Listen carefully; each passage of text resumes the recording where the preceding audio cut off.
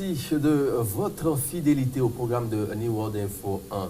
Vous nous suivez un peu partout et c'est l'heure de votre émission Émergence. Émergence qui aujourd'hui reçoit Dr Alassane Gobi. Il est consultant formateur en entrepreneuriat, coach en politique de développement et de gestion des conflits, enseignant, formateur, chercheur en ministère et en théologie. DG bien sûr du cabinet AG Consulting.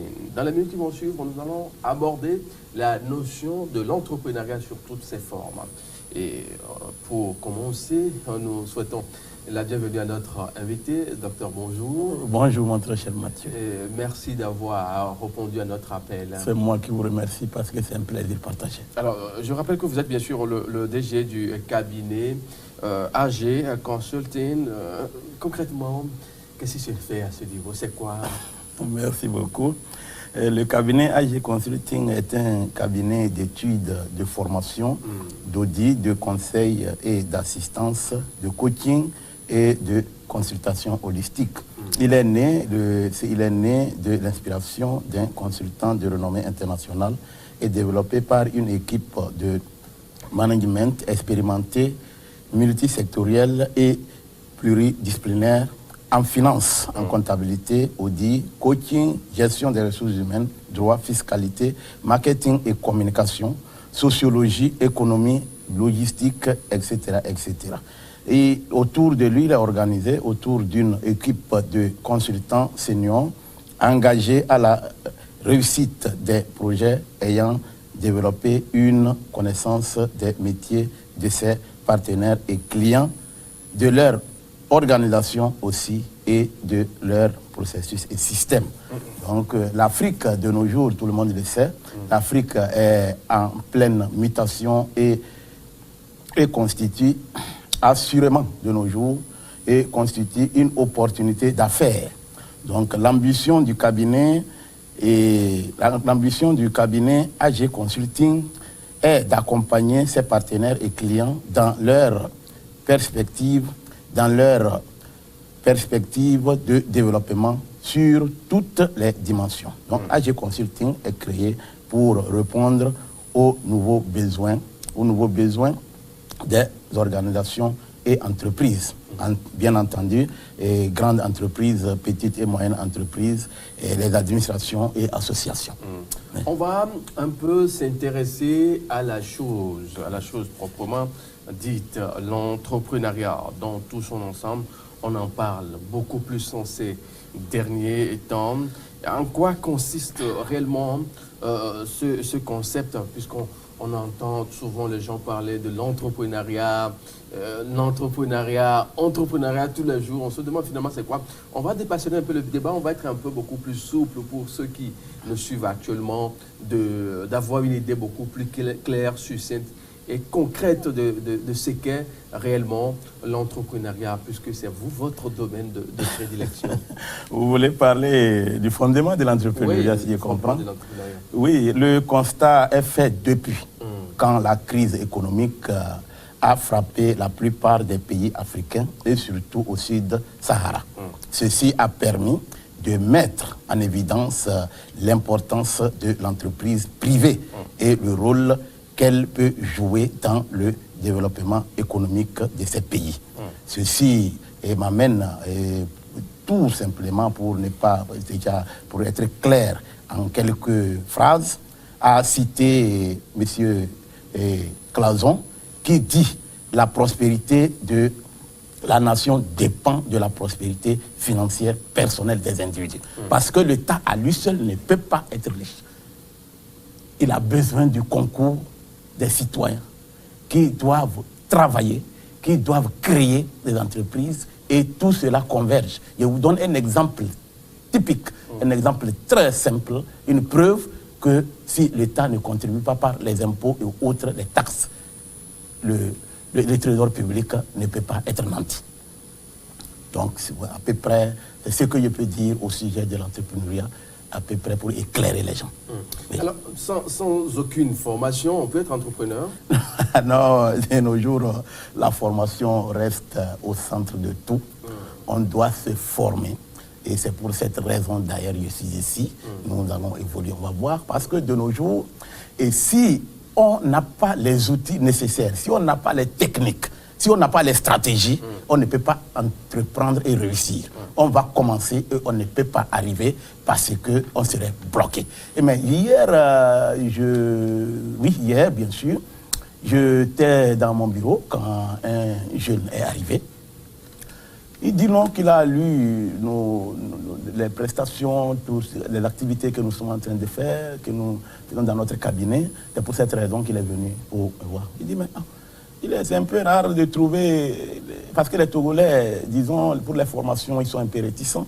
On n'a pas cette culture. Donc. Oui, mais c'est le moment, parce que cela nous crée du tort et nous baignons. On est habitué à faire l'école primaire pour avoir le CEPD, après le BPC, le bac 1, le bac 2, aller à l'université ou bien dans une école de formation de la place et avoir un diplôme, et c'était une place dans une entreprise d'État ou privée.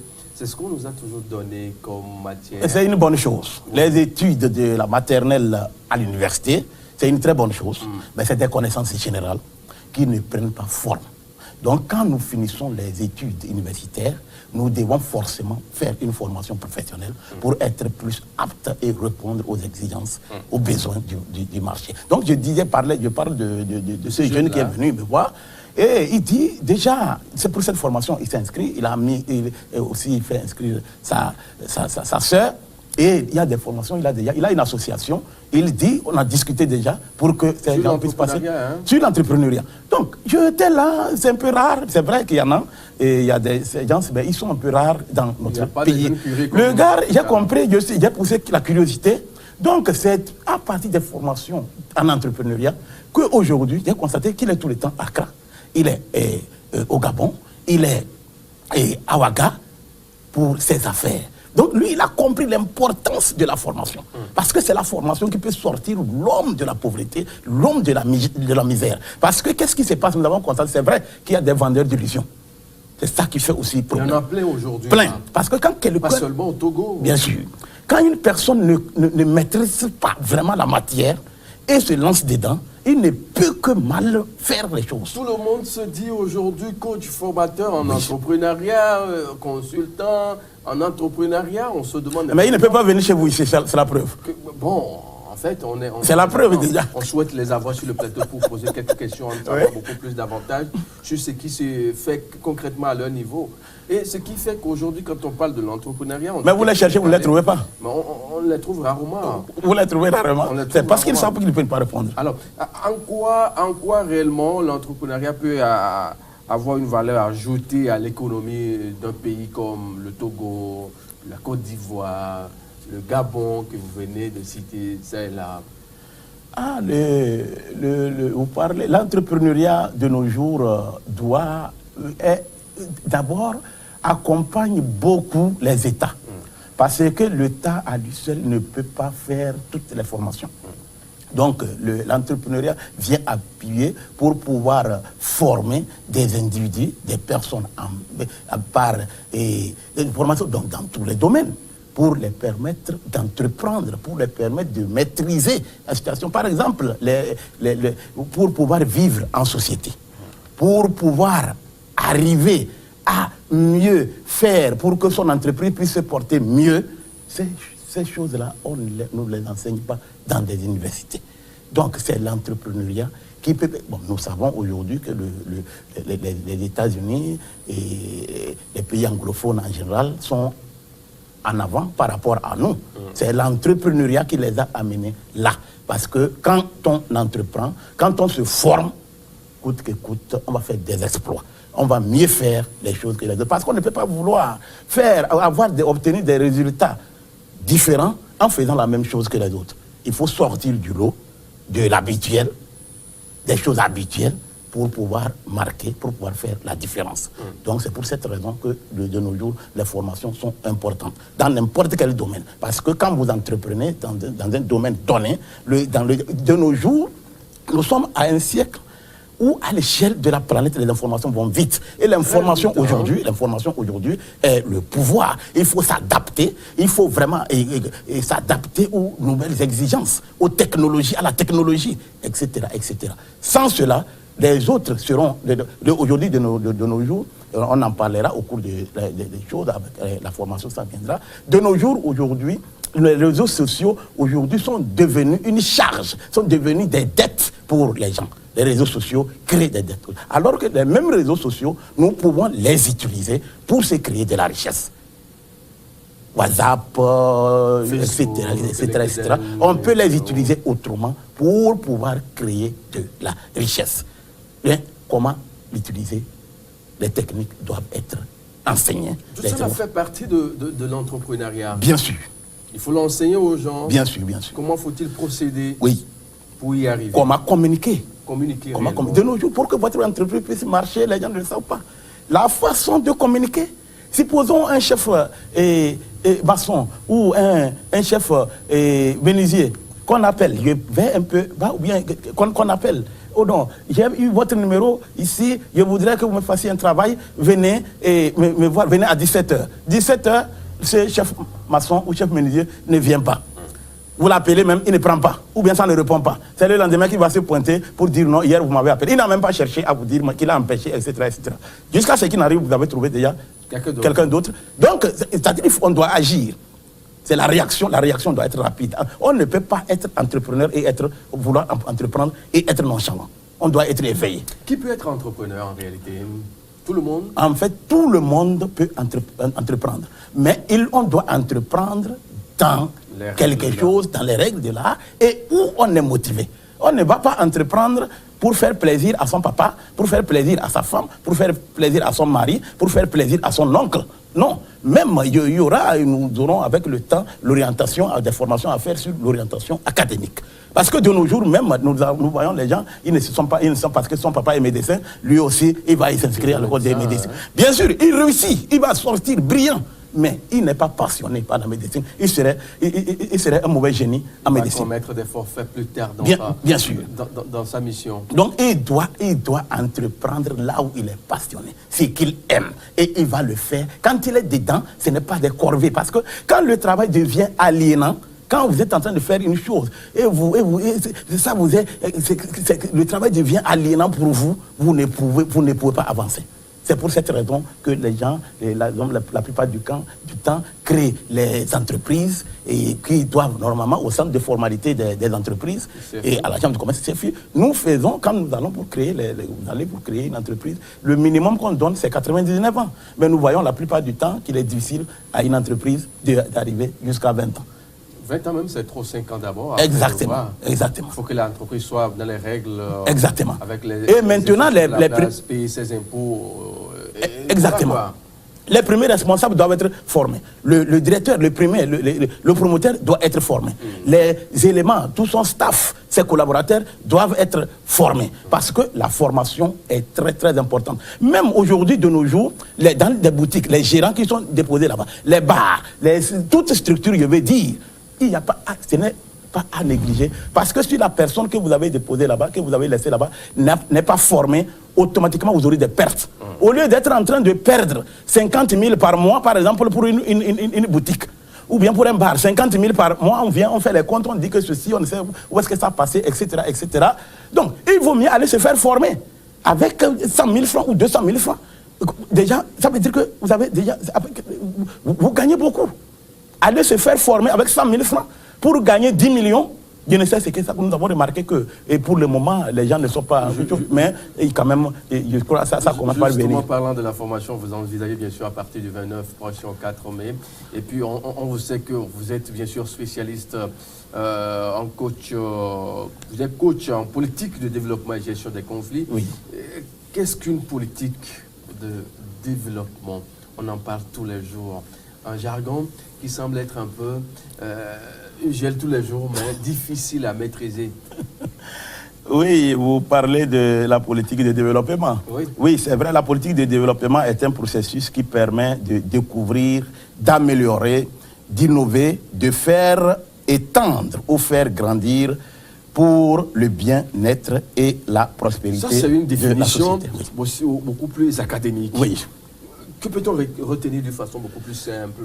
Sur la politique de développement. La politique de développement au plan général, c'est que la politique de développement permet à une personne de découvrir ses talents. Et si elle découvre ses talents, elle doit mettre ses talents, disons ses services, au profit de la société. Donc la société gagne. Et partant de là, la société va se porter bien.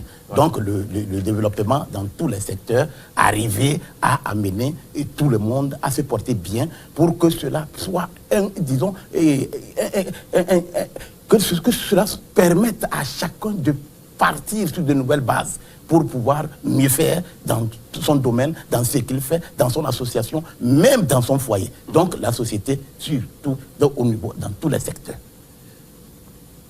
C'est comme ça que pour pouvoir prendre forme pour le développement, c'est comme ça. Donc c'est comme ça. Parce que le développement de nos jours se présente sur plusieurs formes. Donc on doit intervenir dans tous les domaines pour que, surtout c'est l'homme qui est au centre. Et si l'homme est développé, sûrement il va faire développer tout ce qui s'en met touche. De quel type de conflit vous êtes spécialiste?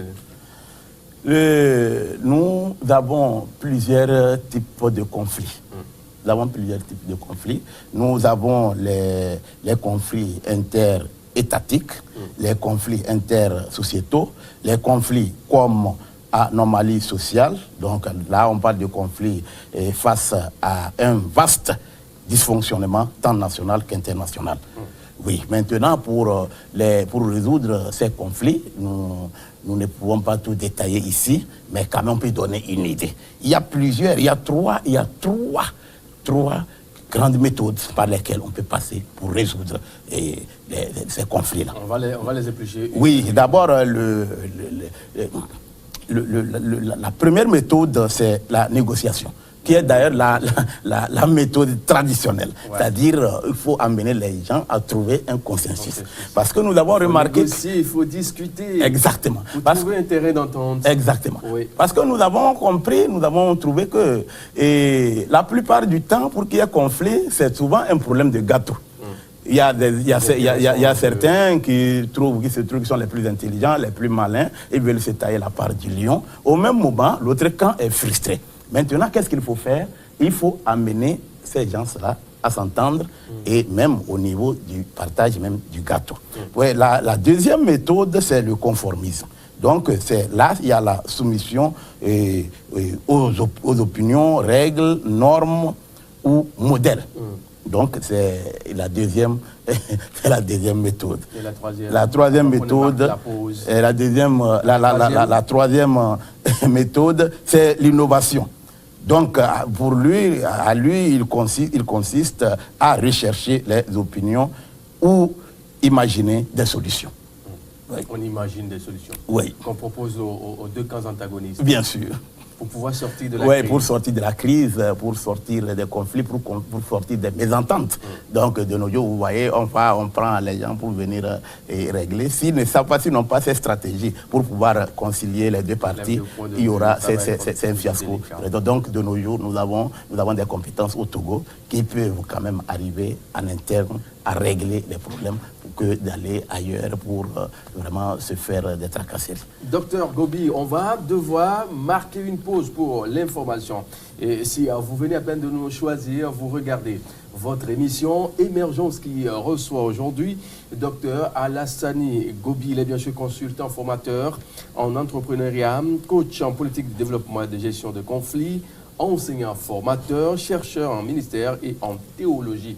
Il est également le DG du cabinet AG Consulting. Une pause s'impose. On se retrouve juste derrière pour la suite de cette émission.